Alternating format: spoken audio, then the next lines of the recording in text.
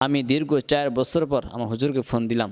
Phone দিয়ে সালামটা দিলাম। সালাম দেওয়ার পর বললাম, হুজুর আমার নাম এরকম, আমার বাসা এরকম।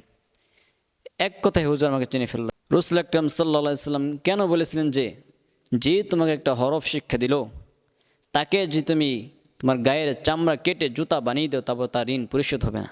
কী জন্য বলেছে? আর রাসূল আকরাম সাল্লাল্লাহু আলাইহি সাল্লাম যে কথা বলেছেন, সেই কথার ভিতরে গুরুত্ব আছে, যুক্তি আছে।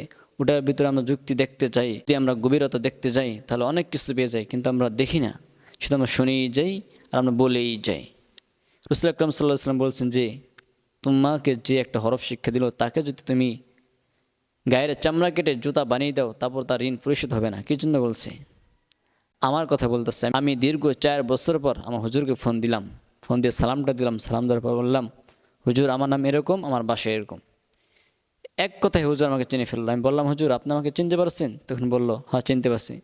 তারপর আমি বললাম, হুজুর আপনি আমাকে ভুলে যান নাই? তখন বলল, ছাত্ররা হুজুরদেরকে ভুলে যেতে পারে, কিন্তু হুজুর ছাত্রদেরকে ভুলতে পারে না।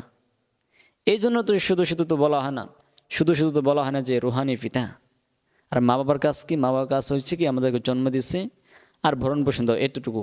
আর উস্তাদ মানে কি? উস্তাদ আমাদেরকে মানুষ করেছে, আমাদেরকে শিক্ষা দিয়েছে, আমাদেরকে মানুষ বানিয়েছে। এই জন্য তো রাসূল আকরাম সাল্লাল্লাহু আলাইহি ওয়াসাল্লাম বলেন, খায়রুকুম মান তাআল্লামাল কুরআনা ওয়া আল্লামাহ। তোমাদের মধ্যে সর্বোত্তম ওই ব্যক্তি যে কোরআন হাদিস শেখে এবং শেখায়। শুধু শুধু বলে নাই।